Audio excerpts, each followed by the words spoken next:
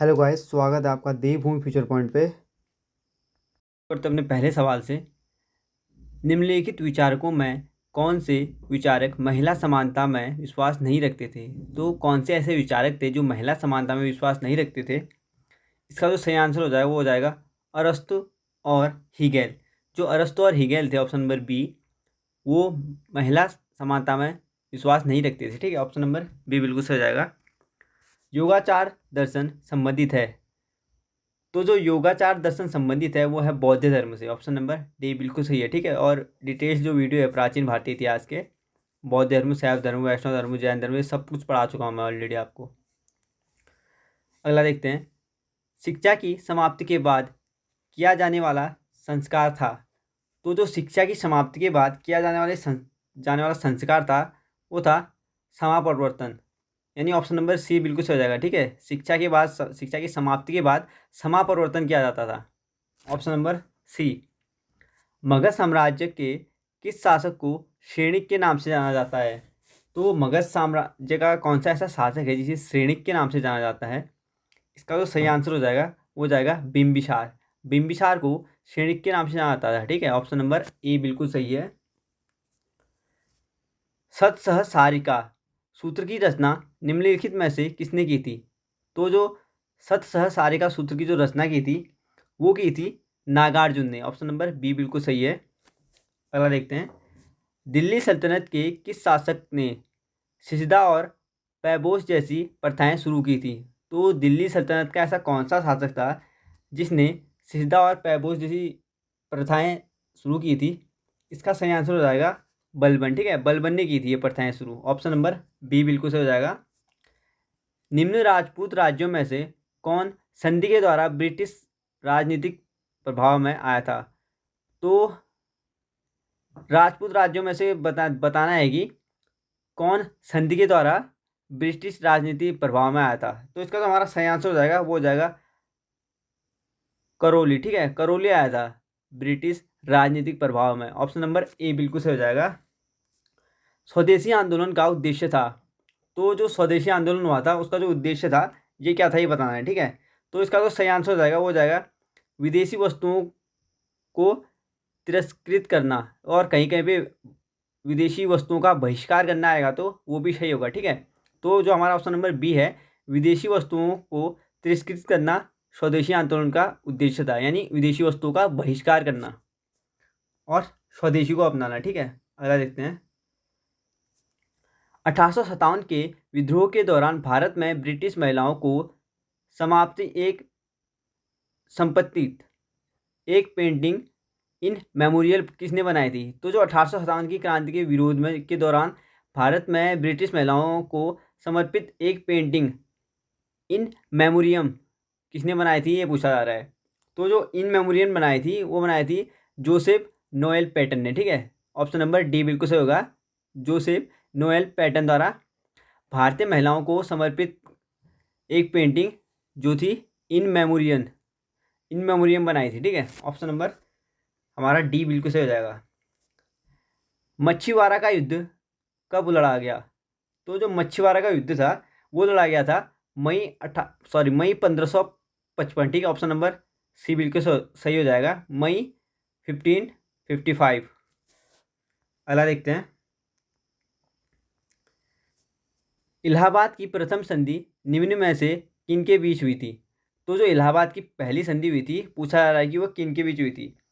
इसका जो सही आंसर हो जाएगा वो हो जाएगा शाह आलम द्वितीय और क्लाइव के बीच। ठीक है, और ये कब हुई थी, 1765 को हुई थी। ठीक है, इस युद्ध के बाद हुई थी, जो 1764 का बक्सर का युद्ध हुआ था उसके बाद हुई थी इलाहाबाद की संधि। ठीक है, तो इसका जो हमारा सही आंसर हो जाएगा वो हो जाएगा शाह आलम द्वितीय और क्लाइव के बीच। Option number D. Muslim League ने मुक्ति दिवस मनाया था। तो जो मुस्लिम लीग द्वारा मुक्ति दिवस कब मनाया गया था, इसका जो हमारा सही आंसर हो जाएगा वो हो जाएगा कांग्रेस मंत्रिमंडलों के इस्तीफा देने पर। ठीक है, मुस्लिम लीग द्वारा जो मुक्ति दिवस मनाया गया था वो मनाया था जब कांग्रेस के मंत्रिमंडलों ने इस्तीफा दिया था। ऑप्शन नंबर बी बिल्कुल सही हो जाएगा। सहायक संधि को सहायक संधि स्वीकार करने वाला दूसरा राज्य था। तो कमेंट करके बताइए कि सहायक संधि को स्वीकार करने वाला पहला राज्य कौन था। ठीक है, बता चुका हूँ पहले मैं। तो जो सहायक संधि को स्वीकार करने वाला जो दूसरा राज्य था वो था मैसूर। ऑप्शन नंबर ए बिल्कुल सही हो जाएगा।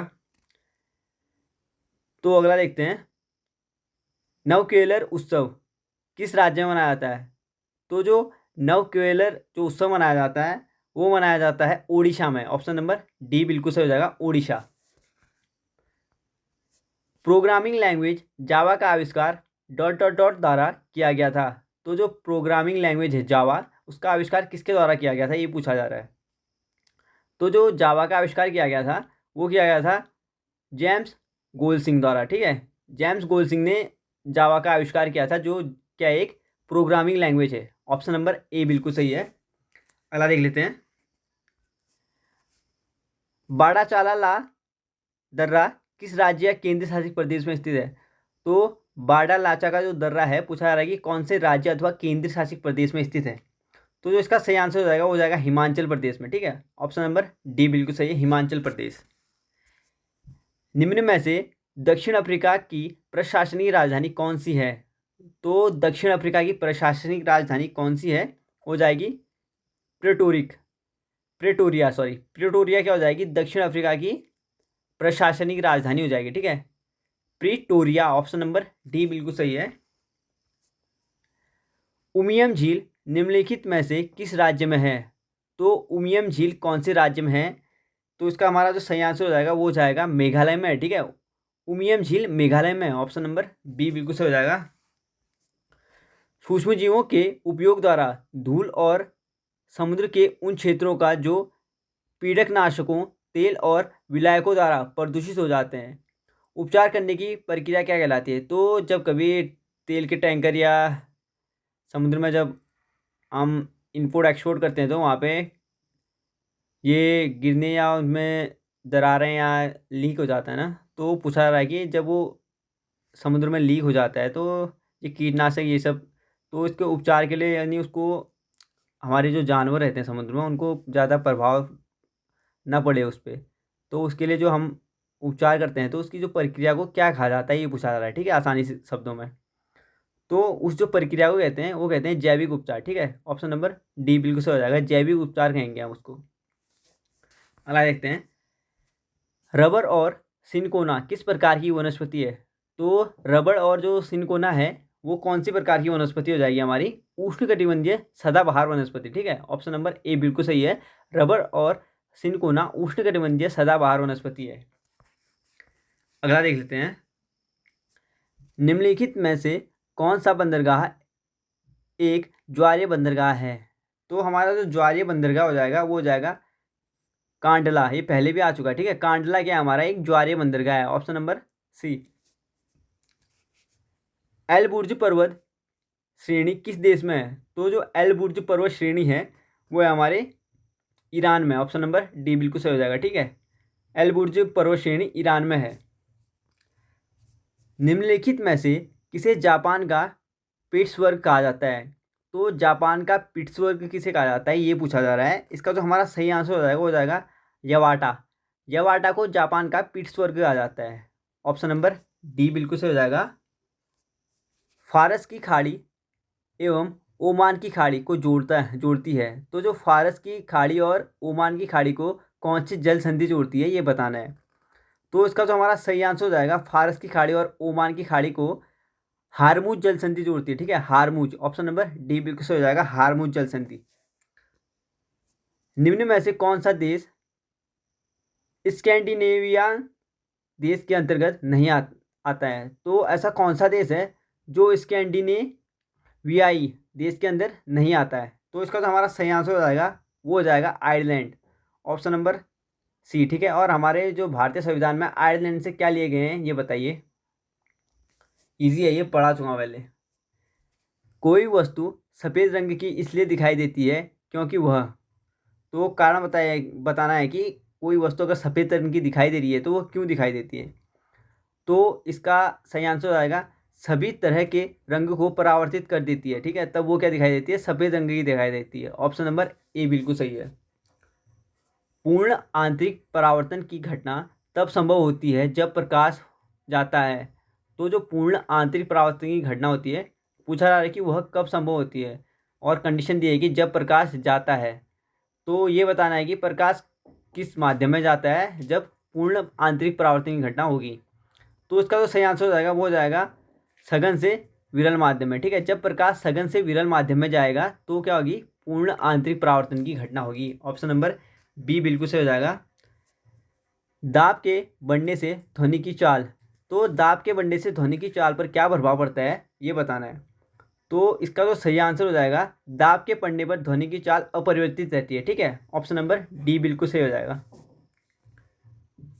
यदि एक तार की त्रिज्या पहले से आधी कर दी जाए तो प्रतिरोध पहले से कितने गुना हो जाएगा। तो सीधी सीधी बात है, ये तो ईजी है। ठीक है, यदि एक तार है उसकी त्रिज्या, जो त्रिज्या होती है उसकी त्रिज्या व्यास का आधा होता है। ठीक है, तो त्रिज्या क्या करते हैं, उसको त्रिज्या को आधी कर देते हैं हम, तो प्रतिरोध पहले से कितना गुना हो जाएगा ये पूछा जा रहा है। तो जो इसका सही आंसर हो जाएगा वो हो जाएगा 16 गुना हो जाएगा। ठीक है, ऑप्शन नंबर सी बिल्कुल सही है, 16 गुना। फ्यूज तार में होना चाहिए, तो फ्यूज तार में क्या होना चाहिए बताना है। तो निम्न गलनांक और उच्च प्रतिरोध होना चाहिए। ठीक है, फ्यूज तार में ऑप्शन नंबर ए बिल्कुल सही है। अगला देखते हैं, निम्नलिखित में से कौन एकल परमाणु गैस है। तो जो हमारी एकल परमाणु गैस हो जाएगी वो हो जाएगी आर्गन। ऑप्शन नंबर सी बिल्कुल सही है, आर्गन। प्रोजीट्रॉन की खोज किसने की थी। तो जो प्रोजीट्रॉन की जो खोज की थी वो की थी एडरसन ने। ठीक है, एडरसन द्वारा प्रोजीट्रॉन की खोज की गई थी। ऑप्शन नंबर डी हमारा बिल्कुल सही हो जाएगा। अगला देखते हैं, रेयॉन निम्न में से किससे निर्मित होता है। तो जो रेयॉन है वो किससे निर्मित होता है ये बताना है। इसका सही आंसर हो जाएगा वो जाएगा सेलुलोज से। ठीक है, ऑप्शन नंबर सी बिल्कुल सही है, सेलुलोज से निर्मित होता है रेयॉन, रेयान। अगला देखते हैं, निम्न में से किसे हार्न सिल्वर कहा जाता है। तो जो हॉर्न सिल्वर कहा जाता है ये किसे कहा जाता है। तो सिल्वर क्लोराइड को कहते हैं। ठीक है, horn silver. Option number C की तरफ जाएंगे हम, बिल्कुल सही है ऑप्शन नंबर सी। निम्न में से किस अम्ल का प्रयोग पेट्रोलियम की शुद्धिकरण में किया जाता है। तो जो हम पेट्रोलियम को जो शुद्ध करते हैं, पूछा जा रहा है कि किस अम्ल का प्रयोग किया जाता है उसमें। तो जो सल्फ्यूरिक अम्ल है, ठीक है, ऑप्शन नंबर ए बिल्कुल सही हो जाएगा, सल्फ्यूरिक अम्ल का यूज किया जाता है पेट्रोलियम को शुद्धिकरण करने में। मेढक निम्नलिखित में से किसके द्वारा शोषण करते हैं। तो जो मेढक होते हैं वो किसके द्वारा शोषण करते हैं ये बताना है। तो इसका जो हमारा सही आंसर हो जाएगा वो हो जाएगा ऑप्शन नंबर बी और सी, यानी फेफड़े और त्वचा द्वारा करते हैं। ठीक है, तो और मेढक जल और जो स्थल में है तभी रह पाते हैं, क्योंकि ये हमारे दो श्वसन अंगों द्वारा क्या करते हैं, अपना श्वसन की प्रक्रिया करते हैं। तो हमारा जो सही आंसर हो जाएगा वो हो जाएगा बी और सी दोनों। ठीक है, फेफड़े और त्वचा, ऑप्शन नंबर डी। किस संघ के जंतुओं में पुनरुत्पादन की विशेष क्षमता होती है। तो जो पुनरुत्पादन की जो विशेष क्षमता होती है, पूछा जा रहा है कि कौन से संघ के जंतुओं में होती है ये। तो इसका जो सही आंसर हो जाएगा इकाइनोडर्मेटा। ठीक है, इकाइनोडर्मेटा के जो जंतु वर्ग होते हैं उसमें क्या होते हैं, पुनरुत्पादन की क्षमता होती है। ठीक है, ऑप्शन नंबर ए बिल्कुल से हो जाएगा। टेकोफेरॉल किस विटामिन का रासायनिक नाम है, इंपॉर्टेंट है ये। और जो विटामिन ए होता है ना उसको कहते हैं टेकोफेरॉल, फेरॉल। ठीक है, ऑप्शन नंबर ए बिल्कुल सही है। अगला देखते हैं, मुस्लिम समुदाय के लिए पृथक निर्वाचन मंडल का गठन किस अधिनियम द्वारा किया गया। तो जो मुस्लिम समुदाय था उसके लिए जो पृथक निर्वाचन का मंडल का जो गठन किया गया था ना, पूछा जा रहा है कि कौन से अधिनियम द्वारा किया गया था। तो ये 1909 के भारत परिषद अधिनियम द्वारा किया गया था। ठीक है, ऑप्शन नंबर ए बिल्कुल सही हो जाएगा, भारत परिषद अधिनियम 1909, ऑप्शन नंबर ए। निम्न में से कौन संविधान सभा के मूल अधिकार उप समिति के अध्यक्ष थे। तो जो संविधान सभा के मूल अधिकार उप समिति के जो अध्यक्ष थे, पूछा जा रहा है कि कौन थे। तो जे.बी. कृपलानी थे। ठीक है, ऑप्शन नंबर बी बिल्कुल सही हो जाएगा, जे.बी. कृपलानी थे संविधान सभा के मूल अध्यक्ष, ऑप्शन नंबर बी। संयुक्त राष्ट्र सुरक्षा परिषद में कितने अस्थायी सदस्य देश हैं। तो जो संयुक्त राष्ट्र सुरक्षा परिषद में पूछा जा रहा है कि अस्थायी देश की जो संख्या है वो कितनी है। तो इसमें जो अस्थायी देशों की संख्या होती है वो है 10। ठीक है, ऑप्शन नंबर सी बिल्कुल सही हो जाएगा, 10 है वो संख्या। अगला देखते हैं, भारतीय संविधान का निम्न में से कौन सा भाग संविधान की आत्मा कहा जाता है। तो जो संविधान की आत्मा कहा जाता है वो कौन सा भाग कहा जाता है? तो जो संविधान की जो प्रस्तावना है उसे संविधान की आत्मा कहा गया है, ठीक है। ऑप्शन नंबर ए भी बिल्कुल सही हो जाएगा, संविधान की प्रस्तावना। भारतीय संविधान के किस अनुच्छेद में यह उल्लेखित किया गया है कि भारत के प्रत्येक नागरिक को अपनी विशिष्ट भाषा, लिपि एवं संस्कृति को बनाए रखने का अधिकार है? तो पूछा जा रहा है कि भारत का जो संविधान है उसमें कौन सा अनुच्छेद यह उल्लेख करता है, यानी किस अनुच्छेद में यह लिखा गया है कि भारत के प्रत्येक नागरिक को अपनी विशिष्ट भाषा है, लिपि है और संस्कृति को बनाए रखने का अधिकार होगा करके, ठीक है। इसका जो हमारा सही आंसर हो जाएगा वो हो जाएगा अनुच्छेद 29, ठीक है। यानी आर्टिकल 29 में ये दिया गया है कि प्रत्येक नागरिक, प्रत्येक भारतीय नागरिक अपनी जो विशिष्ट भाषा है, लिपि है और संस्कृति को बनाए रख सकता है, यानी बनाए रखने का अधिकार दिया गया उसे, आर्टिकल 29। ऑप्शन नंबर सी बिल्कुल सही हो जाएगा। वित्तीय आयोग के अध्यक्ष व सदस्यों की नियुक्ति किसके द्वारा की जाती है? तो जो वित्तीय आयोग होता है उसके जो सदस्य और अध्यक्ष की जो नियुक्ति होती है ना, वो होती है राष्ट्रपति द्वारा। ऑप्शन नंबर बी बिल्कुल सही हो जाएगा, राष्ट्रपति करता है वित्तीय आयोग के अध्यक्ष और उनके सदस्यों की नियुक्ति। ऑप्शन नंबर बी बिल्कुल सही हो जाएगा। अगला देख लेते हैं। प्रत्येक 2 वर्ष बाद राज्यसभा के कितने सदस्य सेवानिवृत्त हो जाते हैं? तो पूछा जा रहा है कि जो राज्यसभा के जो सदस्य हैं प्रत्येक 2 साल बाद कितने सदस्य, जो कितने सदस्यों की संख्या क्या होती है, सेवा समाप्त हो जाती है, ठीक है उनकी, ये पूछा जा रहा है। तो इसका जो हमारा सही आंसर हो जाएगा वो हो जाएगा 1/3। ऑप्शन नंबर ए बिल्कुल सही हो जाएगा, 1/3 सदस्यों की संख्या। निम्न में से कौन राज्यसभा में विपक्ष के नेता थे? तो निम्न में से कौन से राज्यसभा में जो विपक्ष के नेता थे वो बताना है। इसका जो सही आंसर हो जाएगा वो हो जाएगा ऑप्शन नंबर सी बिल्कुल सही है, श्याम नंदन मिश्रा। ऑप्शन नंबर सी, ठीक है। श्याम नंदन मिश्रा क्या थे? राज्यसभा में विपक्ष के नेता थे, पहले नेता, ठीक है, पहले विपक्षी नेता। नमेरी नेशनल पार्क किस राज्य में है? तो जो नमेरी नेशनल पार्क है वो कौन से राज्य में, ये पूछा जा रहा है। तो जो इसका सही आंसर हो जाएगा वो हो जाएगा ऑप्शन नंबर ए, ठीक है, असम में नमेरी नेशनल पार्क। निम्न में से किन वस्तुओं पर मांग और आपूर्ति का नियम लागू नहीं होता है? तो जो मांग आपूर्ति नियम है वो लागू कौन से वस्तुओं पे नहीं होता है? इसका जो सही आंसर हो जाएगा वो हो जाएगा गिफिन वस्तुएं, ठीक है। गिफिन जो वस्तुएं होती हैं उन पे मांग और आपूर्ति का नियम लागू नहीं होता है।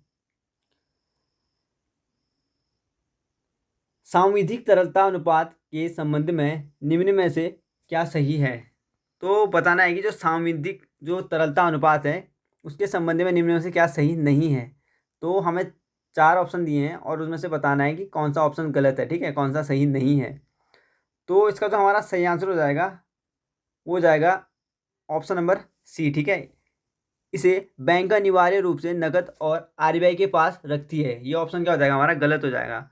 और जो ऑप्शन ए और बी हैं वो बिल्कुल सही है, ठीक है। इसका प्रयोग बैंक उपभोक्ता को ऋण देने के उद्देश्य से नहीं कर सकती है, ये बिल्कुल सही है। और इसे बैंक में सोना, नकद एवं सरकारी प्रतिभूतियों के रूप में रख सकती है, ये बिल्कुल सही है, ठीक है। तो हमारा जो ऑप्शन नंबर ए और बी है बिल्कुल सही हो जाएगा।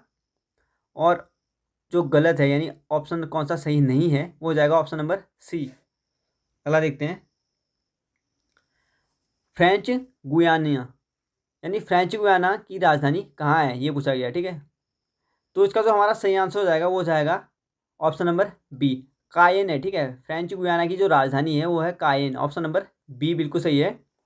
तो हमने 50 MCQ देख लिए अपने, तो अब टॉपिक की तरफ चलते हैं, ठीक है।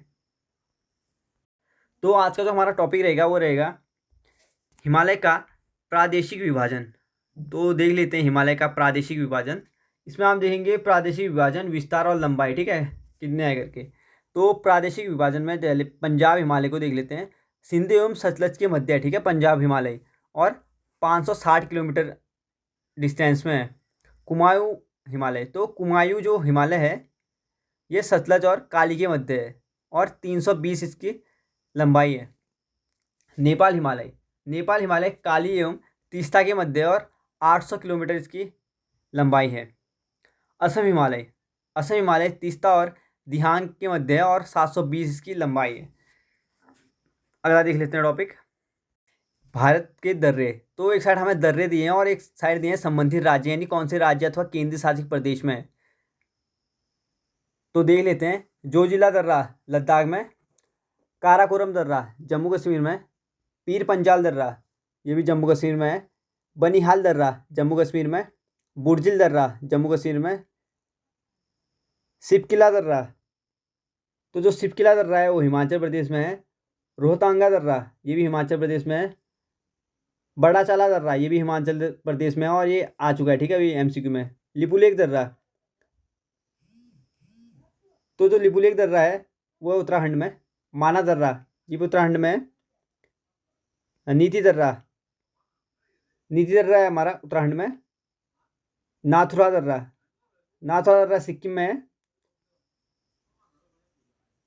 जेजोला दर्रा वो है सिक्किम पे, बोमिंडला दर्रा है ये अरुणाचल प्रदेश में, यांगयाप दर्रा यह अरुणाचल प्रदेश में, दिफू दर्रा अरुणाचल प्रदेश में, और तुजु दर्रा है मणिपुर में। तो अब हम वन लाइनर देख लेते हैं और वीडियो को फिर समाप्त करते हैं, ठीक है।